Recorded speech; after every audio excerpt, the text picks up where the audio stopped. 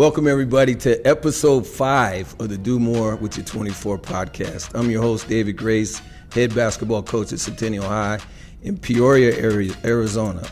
Today, man, I'm excited with a great friend of mine, Mark Beasley, longtime Pac-12 referee and legendary grassroots basketball organizer. How you doing, Mark? I'm doing well. I'm doing better because you called me legendary.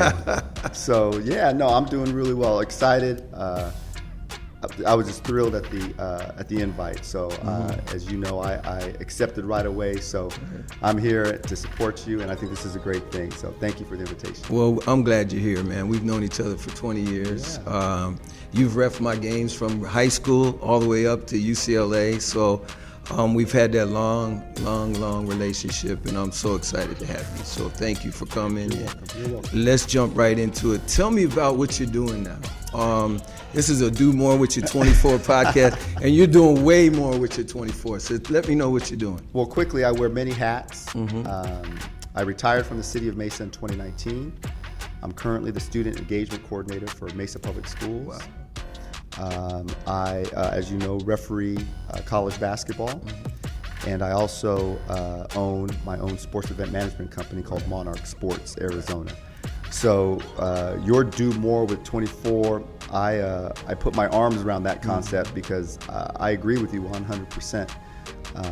We have a limited time on this earth, and I am of the fabric where I want to do as much as I can. I want to impact people positively as much as I can. I'm a relationship person like yourself, and so the Do More 24, I subscribe to that philosophy. Well, great, because you do more, man. I see you all over the place. I go to games, and you're there doing what you love, and that's to promote young folks through your events. And tell me about some of your upcoming events. Yeah, so I run about 13 events a year. I mostly do basketball. I do a volleyball tournament because my daughter is a volleyball player.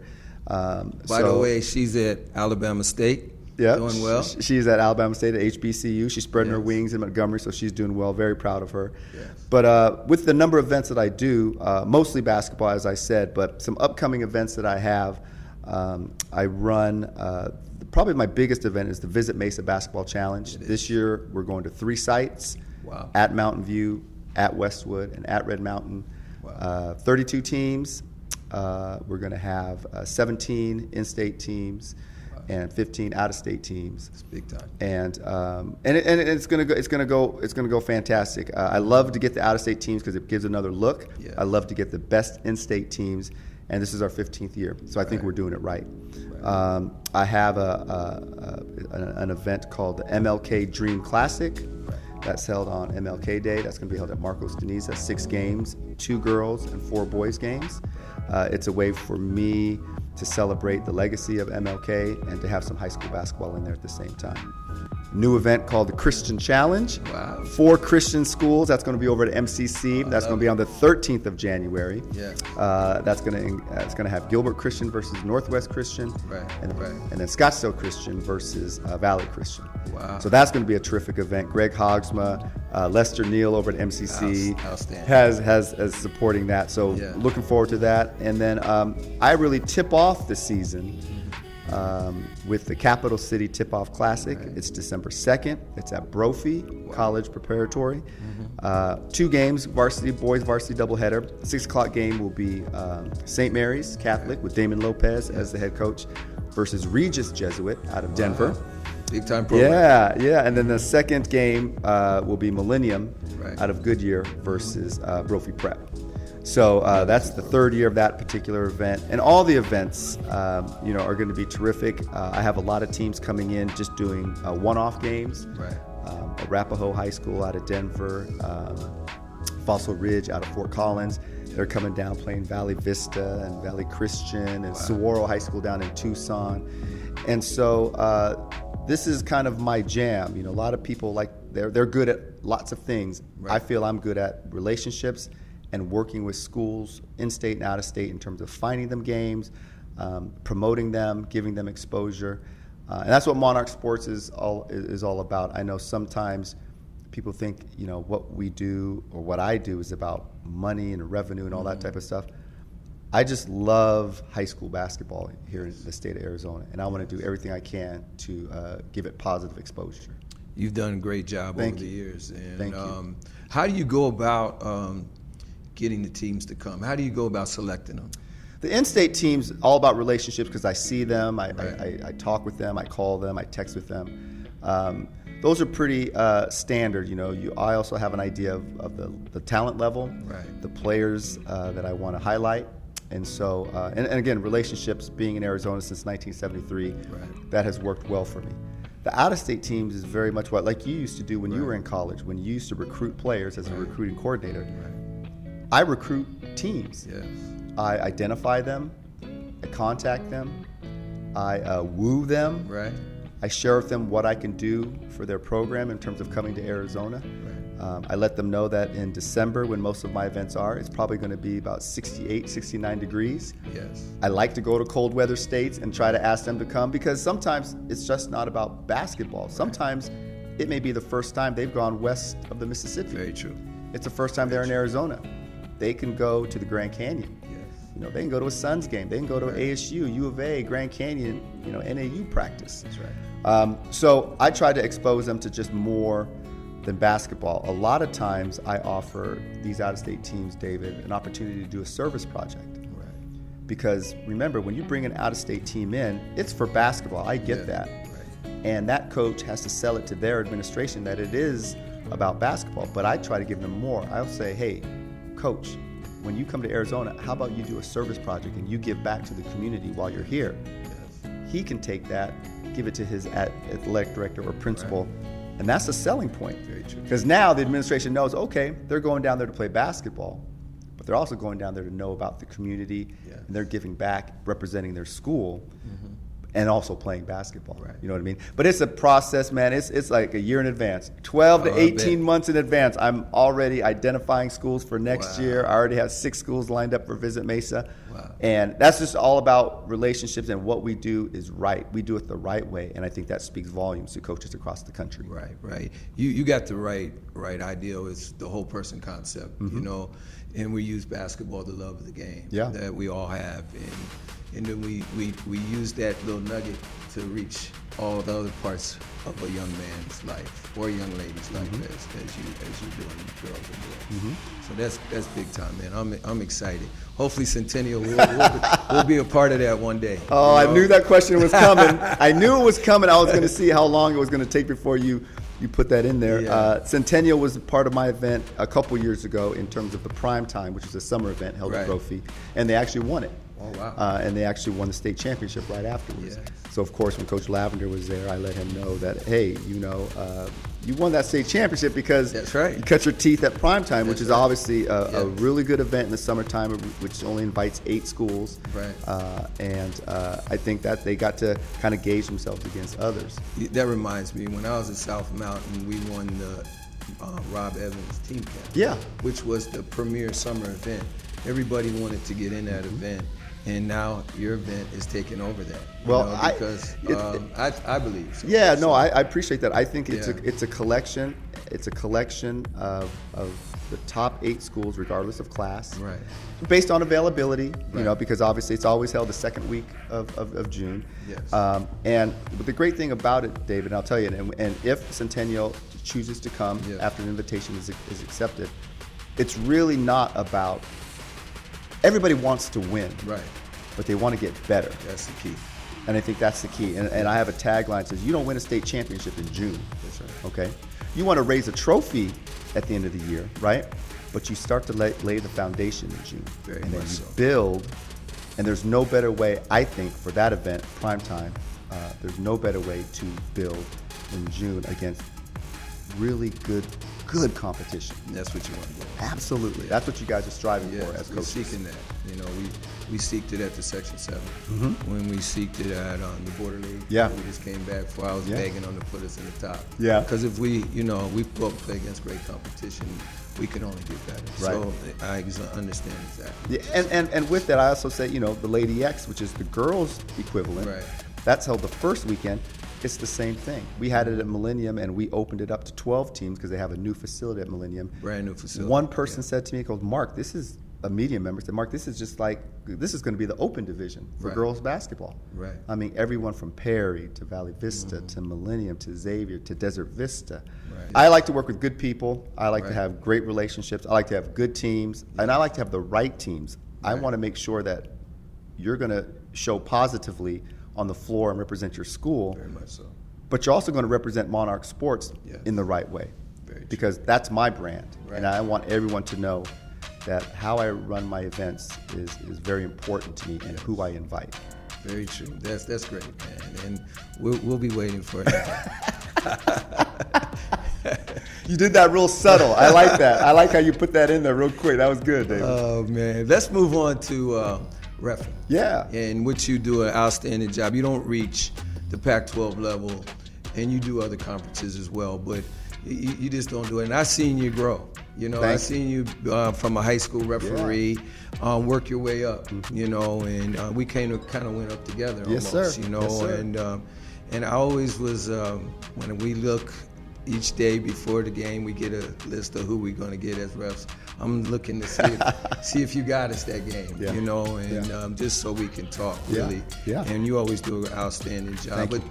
Tell me how you got into it. Tell me how you fell in love with it, because I want to thank you first before we start talking about ref, because I know how hard it is, and I know it's a thankless job for a lot of people, and it's getting worse out there, and especially at the grassroots level, and even to the fact I think this year some high school football refs, they play games on Thursday because they didn't have enough to do Friday, and that's a shame because it only hurts our youth and it hurts a lot of other people. So tell me how you got in it and how you found love for it. Well, you know, I played at Westwood. You know, I graduated and then I went to ASU. And my dad, who's no longer with us, but he was a flag football official.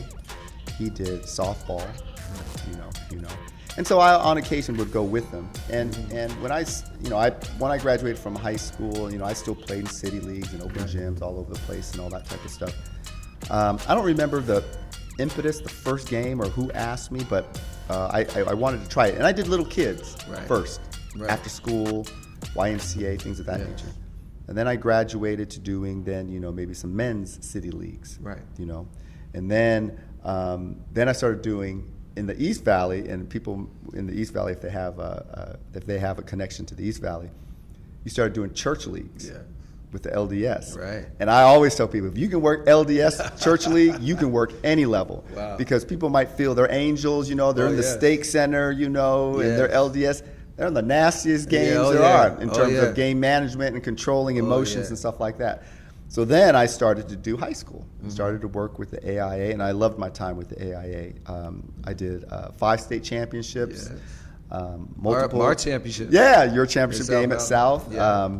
I did multiple Final Fours, and high school basketball in Arizona. Again, it has my heart, and that's why I work so hard at it with Monarch Sports. Right. And high school basketball does have a shortage of officials. All youth leagues right now has the shortage of officials because of how they're treated. Right. But I understand, as a parent of a Division I athlete, I understand parents are part of the equation. That's right. So they are emotional because they're invested in their son or daughter. So I always came into working basketball as, you know, call what needs to be called, control what you can control, and then do the best job you can. Right. And so I think I succeeded in that respect in high school, and then I began to try out for colleges. Right. For the college level, the junior college first, the level here, which in Arizona is great. Very good. Then the Division II at the time when Grand Canyon was D2. Yes. And then ultimately, you know, working Division I. Right. And was hired first in the West Coast Conference, hired next by the Pac-12. Then the Mountain West came in, the WAC, the Big Sky. Right. And so it's been a terrific journey. And like we were talking earlier, you and I literally came up together. Right. And to see you ascend and to me to get to a certain level has been really fun, really been fun to see. And so officiating is a labor of love, because a lot of times you don't do it for money. A lot of times you do it because you love the game and you want to give back. I like to be in the environment. I'm a Leo. Right. You know, me and Madonna. Right. You know, me, I want to be part of the action. Right. I don't want to overtake it, because I know it's really about the kids and the coaches and the fans and the alumni. But I want to be there as a part of it. I want to stand shoulder to shoulder with those people on the floor. But it's been fun. It's been fun. I'm in my 26th year of doing college basketball. Wow, that's amazing. You know, congratulations. Thank you. I'm in my 26th year. It's and not it's easy. great. Labor of love, man. Yeah. Labor of love. But it's a lot of fun, and I really do enjoy it. I think one of the reasons why you've ascended so high and you've been great is your demeanor and how you handle people. I think that's a big reason. I think all great referees, like, you know, being able to coach where I've coached over the years and get to meet so many great college referees and even high school referees coming up, I think the great ones have a demeanor where they can diffuse and where they can really articulate the reasoning for the call, and you manage the game in that fashion as well. And I think, you know, I used to ref myself. My dad was a longtime referee. We talked about it. I know how hard it is. You know, it's very difficult for basketball because it's such a moving game, and you have big bodies, and what you see and what a coach sees maybe is not the same thing because just where you were located on the court.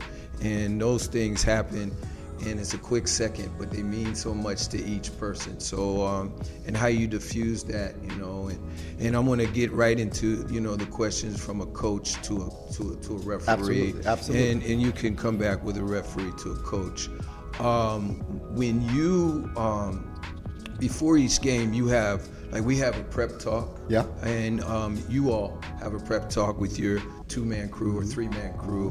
What are some of the things that you go over before a game? Because I think that's crucial, that most people out in the public don't really understand what you're really talking about before you enter the game in the arena. Absolutely. I was talking with Brian, obviously, who's behind the camera earlier, and tip-off is 7 o'clock, hypothetically. In college, you're there 90 minutes before. Yes. You want to make sure you get there. You want to make sure you feel comfortable, have a time to stretch your legs, open your mind, get in the rule book, talk to your crew about tendencies. Yes. Talk to the crew about the two teams and how they're doing. That's right. Is somebody on a 7-game winning streak, or is somebody on a 7-game losing streak? Very true. Those coaches may conduct themselves differently. They will. Yeah, they will. You know, it could be about players. Yes. You know, maybe this is a young team, and the team is not doing exactly what coaches would like them to do, and they're suffering. Maybe there's a little frustration. You want to talk about that. You want to talk about, if it's a conference game, maybe this is the second round of that round-robin schedule. Yes. In the first round, maybe it was a 55-point blowout. Right. Maybe one coach felt they were sticking it to him a little bit more, so there's going to be some animosity. Very true. Maybe there's multiple technical fouls in that previous game. So there's so many things that you want to talk about, and that's just with the combatants. You want to talk about points of emphasis for that particular season. Is it rough play? Is it post play? Is it traveling? Right. Is it the step back? Is it flopping? Yes. Which obviously is a point of emphasis in college basketball. So you're talking about everything to get your mind right before the game. And this is even before you start stretching and getting your body right. Right. You know what I mean? Then you go out onto the floor 20 minutes before tip-off. You have responsibilities in terms of the score table, the scoreboard, the shot clock, replay, your packs, all this type of stuff. Yeah. So it's a lot of work. And again, when you attend a game, you get there probably 15 minutes ahead of time. You see the game. You're like, okay, the game's on. That's right. But just like from a coaching standpoint, you don't see the prep work prior. That's right. You don't see them going into the trainer to get massaged or get their ankle taped. Right. Just like you don't see what a referee does. Right. My hope is that through venues or avenues like this, you know, that people can get an idea of what it's like to be a referee. And I implore people, if they want to be a referee, if it's a passion, if you want to stay connected to the game, do it. Because again, there aren't a lot of referees. People don't want to do it because it's dangerous. That's right. I watched something with Brian Gumbel on HBO yesterday, and he spoke about how 2 individuals lost their lives. Yeah. It's getting out of control. It's getting out of control. Now, it's in soccer, right? But they were assaulted. Yes. Sucker punched, Yes. went to a coma, and they passed on. Right. So, and I'm telling you, officials very, very rarely are doing it for money. Very true. High school officials do not get paid a lot. Now, you may at the college level, at the NBA level, that's your job. Yes. So you may be compensated well. Right. But at the high school level, you know, they're doing it because they want to stay connected to the game and they want to do a service. Right. Do they deserve to be yelled at, screamed at? that's the passion of a fan. Right. But do they need to be chased Never. to their car? Right. Do they need to be chased to the locker room? Right. Do they need to be assaulted, chest bumped by a coach? Right. I don't think so. Somewhere we've lost our decency. Very true. And that's just a reflection of our society, and it has now gone into the world of sports, the world of athletics. Right. So my hope is, as an optimist, my hope is that we can talk and we can disagree, because if I worked a Centennial game and I called it again, you're going to disagree. That's your job. That's just the way it is. Right? Especially if you think I did it wrong, if I called right. it wrong. If I wasn't in position. That's the key. Right? If I wasn't in position, That's if it's right. not consistent on both ends of the true. floor, you're going to let me know.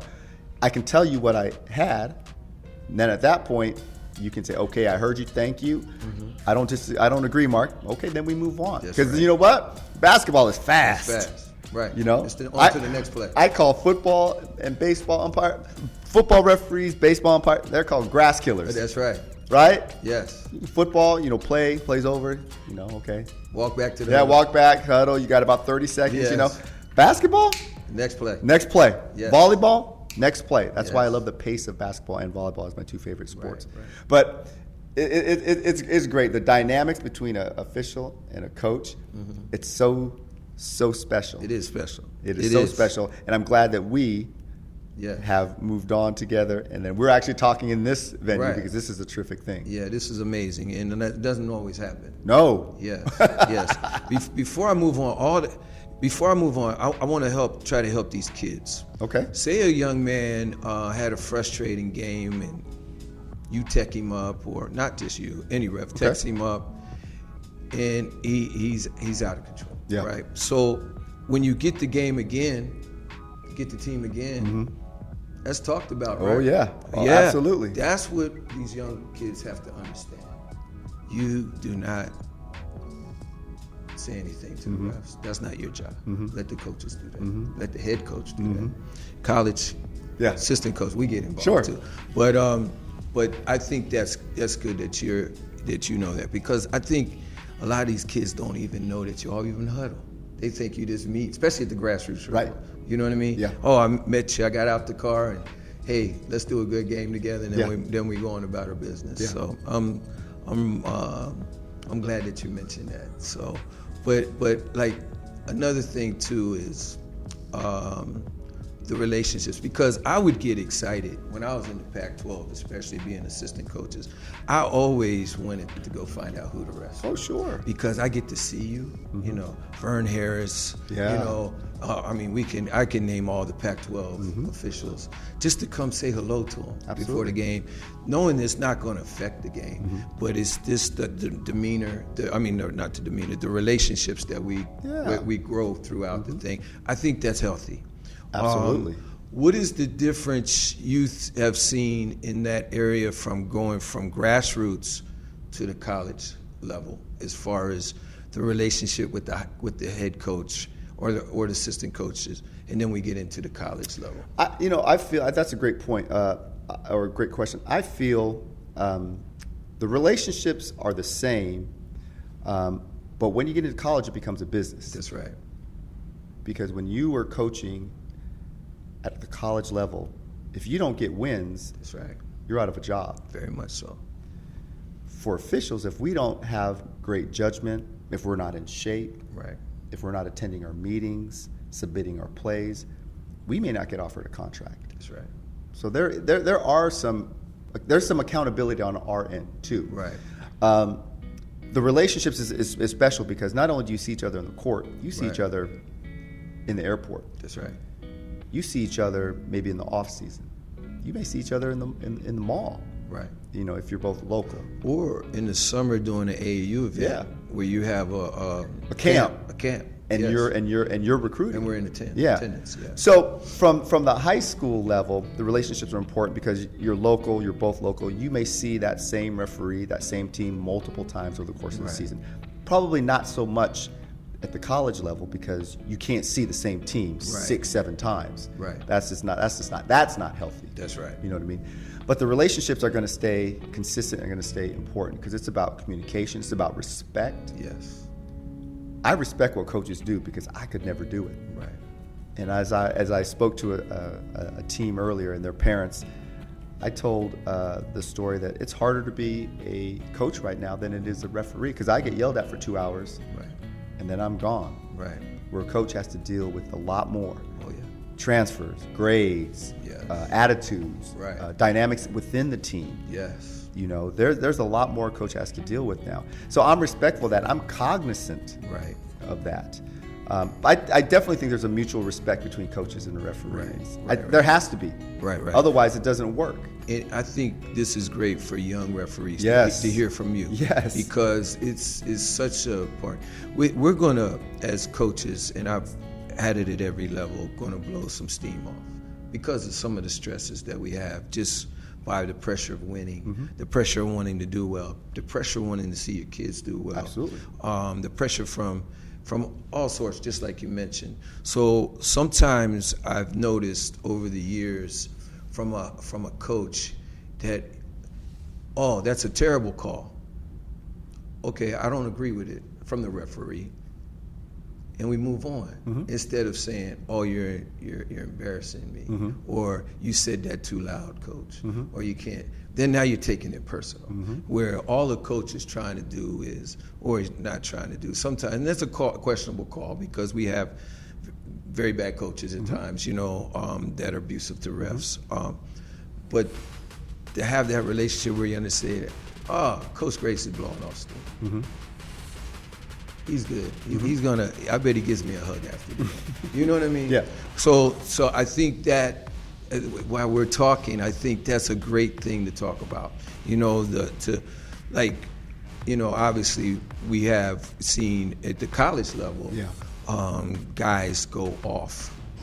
You know, all the animation and all this, the hand raising, which is unacceptable at the high school level. Correct. I get that. Why is that, you think? Why do we allow that? At the high school level,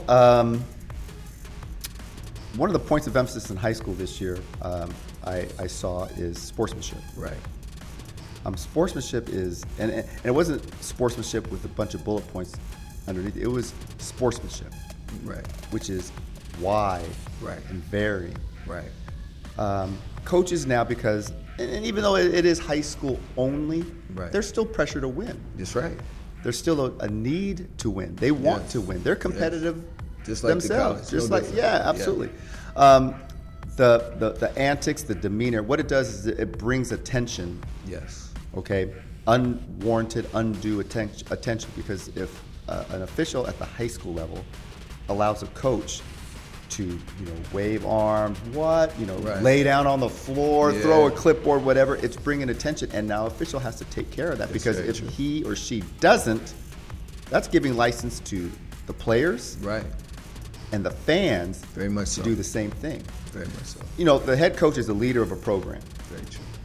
okay? The head coach is the CEO of a program. Right. The CEO of a business would not be Right. able to conduct himself a certain way because it filters down to his employees. Very true. So if I, as a high school official back in the day, allowed you in the games that I've worked for you when you were at South Mountain Right. to conduct himself a certain way, I'm opening that Pandora's box to allow everybody on that bench, Yes. everybody in the stands to conduct themselves the same way. Then we may have an unhealthy / dangerous environment. Very true. And that's what I'm trying to avoid. And I'm good at, you brought it up earlier, I'm good with communication. Right. And I'll talk to you as much as I can. Now we Yeah. may disagree. Yes. And I may have to walk away. Right. Say, okay, this isn't going anywhere, then I'll walk away. Very true. But at least I'll give you the respect to listen to you. Right. As long as you're talking to me. Right. Not talking at me. Exactly. Not yelling at me. You can disagree with me all you want. Okay? And that's your role. Right. Here's what I saw, Coach Grace. Right. This is what I saw, boom, boom, boom, boom. And then again, Right. like you said, next play. I think this is so great because one of the reasons is I think young coaches see maybe a Bobby Hurley do what Bobby does, right? Mm-hmm. So at the high school level, they think, well, I can do that too, and that's not true. And we know the reasons why, as you and I've worked in the Pac-12, worked at a certain level. So that's why I wanted to say that, so other people that are listening to this, especially young coaches, can say, hey, I can't try to be like a maybe what Bobby Hurley does, not his X's and O's, but his behavior sometimes on the court. That's just an example. Or, Sean Miller getting, you know what I mean? But it's a different thing. So, and at the grassroots, you have so much more that you're impacting. Yeah. You know what I mean? So I'm glad you mentioned that.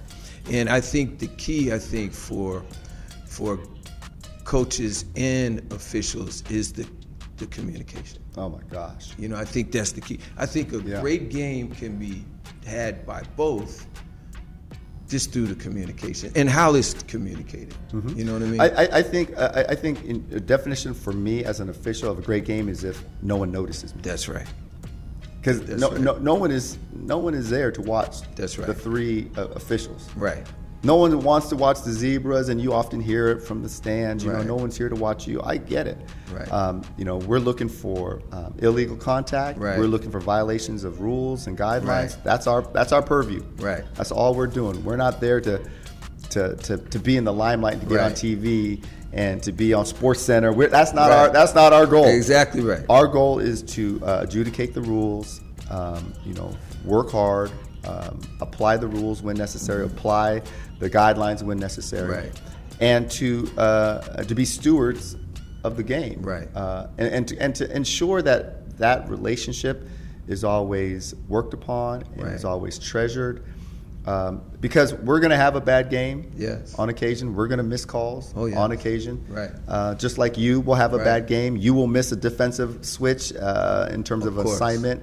Right. And you're going to look back on and say, I should have done this. I should have put 24 on that hot shooter. I should have went to a zone instead of a man-to-man. So you'll make mistakes too. And so that's part of our game. I mentioned earlier, our society has changed to where when something goes sideways, it's somebody's fault. Right. Okay? We lost the game because of blame that on rev. somebody. That's right. We live in that type of society now. You're right. I always tell people, I say, hey, that no call at the end of the game may not have cost the game. I mean, it may have played a part in the game. But as I look at the box score, I saw that y'all missed 13 free throws. That's right. And you had 24 turnovers. Exactly right. That may have had something to do with it too. Oh, of course. You know what I mean? Right. So it's interesting that it's really all about perspective. You may, as a coach, lay your hat on my no call at the end. Right. And I may say, yeah, you're right. I looked at the tape and I missed it. I may tell you the next time I see you. Right. You know what I mean? We want to be really good in the last 2 minutes. Man. Right. We want to be so good. We may miss something early, right, which might be okay, but we want to be really good in the last 2 minutes because that's when it matters. Yes. You know what I mean? Right. I think what we do, every crew, every official, they work as hard as they can.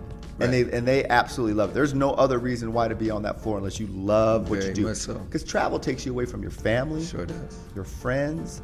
It takes you away, and you're on the road just like you guys are on the road. True. You know what I mean? And at the high school level, it's just as important because there's a lot of, I think that 3% of high school graduates play in college. That's right. That's it. This may be their last time putting on a uniform. Competitive basketball. You know, outside of intramurals in college or city league and things, or open church, gym, or church league. You know, they stopped the church league now, and the LDS churches. They stopped the church league. I found out recently they stopped them because they were just getting so rough. Wow. Yeah, they stopped That's crazy. them. So I want to implore the high school officials to work those games with purpose and with pride, because that could be the last time a young man or young woman is going to represent something bigger than them. Their educational institution. So it's not just high school. Right. You know? It's high school, and it means a lot. It sure does. You know, it means a lot. And in Arizona, we got some ballers. It sure does. It's very competitive. I want to go back to what you said, because this is what I'm trying to balance it out, because obviously I ref too, so I understand where your perspective is coming from. You know, I was just telling my kids today, Bobby Knight has a great saying: the team that makes the fewest mistakes usually has the best chance to win. He didn't say the team that played perfect.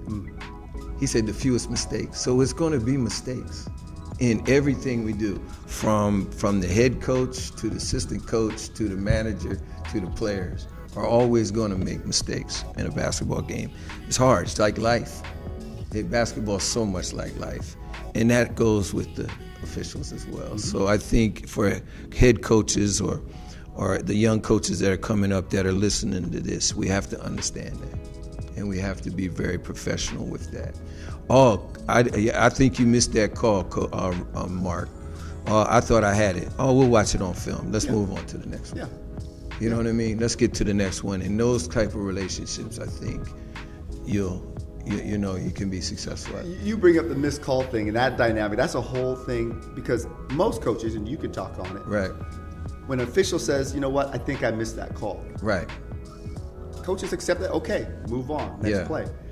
The funny thing about it is, and I talk to younger officials all the time, you can't go to that well so often. That's right. You can't go 3, 4, 5 That's times saying true. the same thing, because eventually the head coach is going to say, Mark, that's the 6th time you've told me I may have got that call wrong. It looks like you're not having a good game. That's right. You know Or what I you're mean? making them all wrong now. Yeah, you're making them all wrong. Yeah, Right. yeah. So on occasion, you know what, coach, I missed that call. Right. I think I missed that. That's all the acknowledgement piece, I think, from a coaching standpoint, that's accepted. Right. Okay. Sometimes we as officials, and we're very prideful. Right. We're a very prideful group of men and women because we have a job to do. Yes. Very much like the police. I always say the Right. two most hated groups in America are Right. the referees and the police. Right. Right. But you need both. That's right. You have to have them. You need both in society in terms of the law enforcement, Right. and you need officials in any sporting event, because Right. if you don't, you have no game. That's right. And that's what's happening sometimes in our Right. in our society right now with youth sports and with high school, like you mentioned, Right. games being moved to Thursdays because of the Right. shortage. But officials, we're a prideful group, and we try to stand up and say, even though when you missed it, it might be more hurtful just to stay on that. When in easy, I think I might have missed that one. Right. The acknowledgement goes a long way. I'm Wow. not asking for forgiveness. Right. I'm sharing with you that I might have missed that call, and then we move on. You're so right. You know, Next play. when I told my father I was getting into reffing, I said, do you have any advice? You know what he said? If you missed the call, tell him you missed it. Yeah. And then what can a coach say after that? Yeah. Yeah. That's probably the greatest thing a coach can hear. The accountability piece from Yes. our standpoint, because we are accountable to you. Right. We are accountable to our conference. We are Right. accountable to our supervisor of officials. Right. We have a lot of responsibility. Yes. You know, there is a responsibility to not to be perfect, but to adjudicate the rules of Right. the game, as I said earlier. Right. And we want to be in shape. We want to look Yes. the part. We want to be good stewards and good representatives of our body. Right. We're a fraternity. Right. We're a fraternity of individuals that have dedicated themselves to the game. Right. And I'm very proud of my brothers and sisters. And I think we do a terrific job. And I always ask people, parents, Right. coaches, former players, Right. come be a referee. Right. If you really want to know, come be a referee. Because once you've stepped in the shoes of a referee, you can really get a good perspective of what it takes. Right. Sometimes we're not very smart. Right. By putting ourselves in harm's way, by Right. going to it and knowing that we're going to get screamed at. And you got to have thick skin, David. Right. Of course. If you don't have thick skin, Exactly right. It's not going to work. Right. That brings up, I had our team camp. I mean, not our team camp, my own camp, Yeah. right? So my high school kids, They work the games. they worked the games. Smart. They ref the games. Smart. And I was just sitting back, Smart. just laughing at the young kids going after my kids. Say, you missed that call, or you missed that call, or somebody from the stands. It was all in fun. Yeah. But I said, you see how hard it is? And I did that on purpose just to show, we preach all the time, you play the game. You don't mess with refs. Refs got a job. Yeah. And that's not your job. When Coach Sendek was at ASU, he once said something that was quoted in the paper. He said, coaches coach, players play, referees ref. That's right. None of the three of us are good enough to do more than one thing. That's right. And so, And parents, by the way. yeah, and at the high school level, you love parents.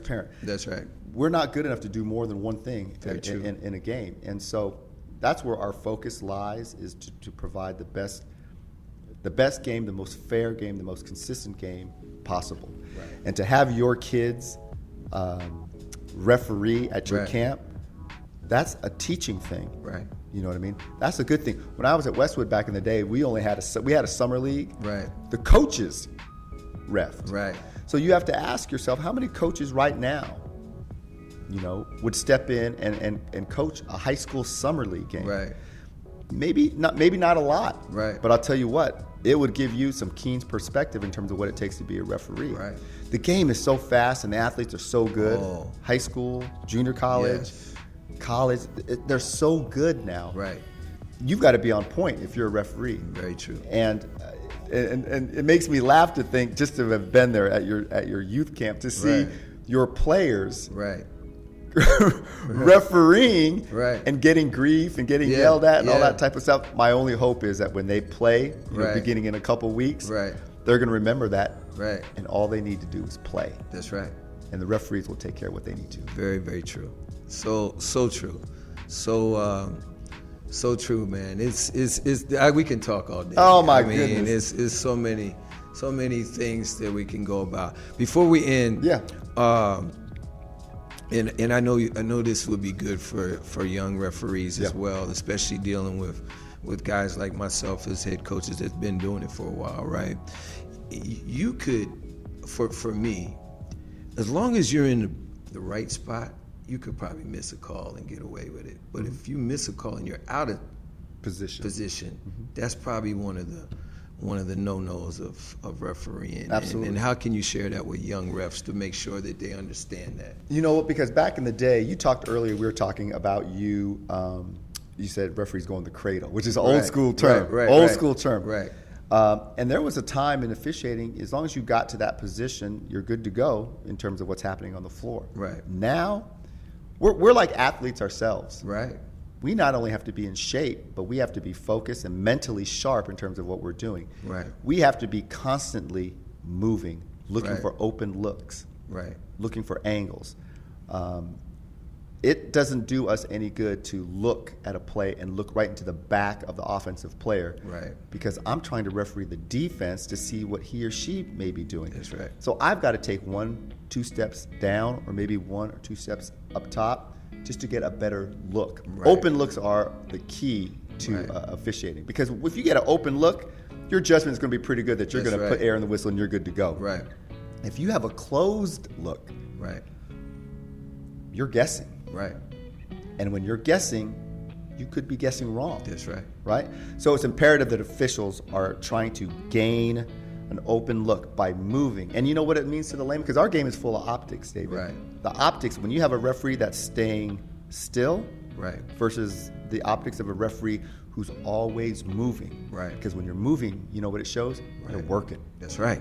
You're Exactly working right. hard as opposed to just standing. Right. But when you're working hard, trying to get angles, you're being active. I think that shows that shows better for that official, for Very that true. crew, that we're gonna make the best call, the right call, That's right. when necessary. And that's all I think Yeah. a coaching staff can ask for, or a school that can ask for, is just for a ref to be in the right position. Hustle. Yes. You got to Yeah. hustle. You got to get to the spot Yes. to get the call right. And just like when you're in your pregame, we're in our pregame too, talking about refs. Oh yeah. This ref's going to let you do this. This ref's not going to let you do that. This ref's going to get up and down the court. This ref's not going to get up and down the court. This ref's has a short whistle, Yep. a short fuse. He thinks it's about him. You know what I mean? And so those things right there is. It's the cat and mouse game of our great game. Yeah. And before we end, tell us what you think of where we're at now with our great game.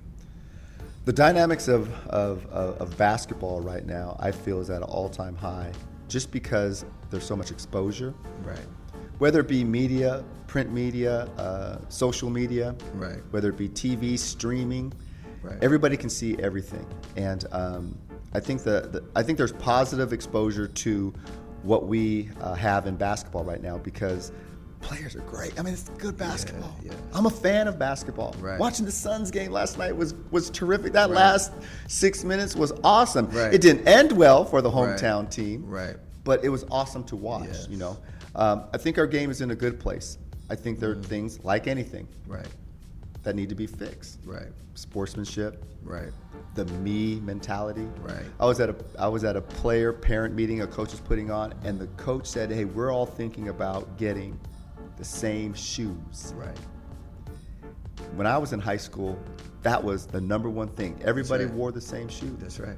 Because what does it show? Right. One team. That's right. Now, unfortunately, you have everybody wearing neon colors and all Right. that type of stuff. It's You about can individualism. blame Nike and all that. Yeah. It's about individualism. Right. But you make a strong move, you flex over somebody. Right. You score on them in the paint, you say, "Oh, you're too small." That's right. It's about the things that I think need to change is the sportsmanship aspect, the individual aspect. This is a team sport. That's right. I've never known one player to beat an opponent. Never. That's right. I don't think it can happen. It can. Okay, but I've known where a collective unit That's right.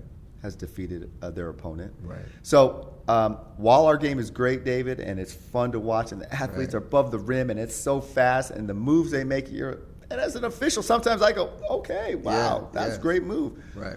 What I wish would change, or what needs to change, is the emphasis on team, the collective unit, Right. the program, Right. representing, as they say, what's on the front That's right.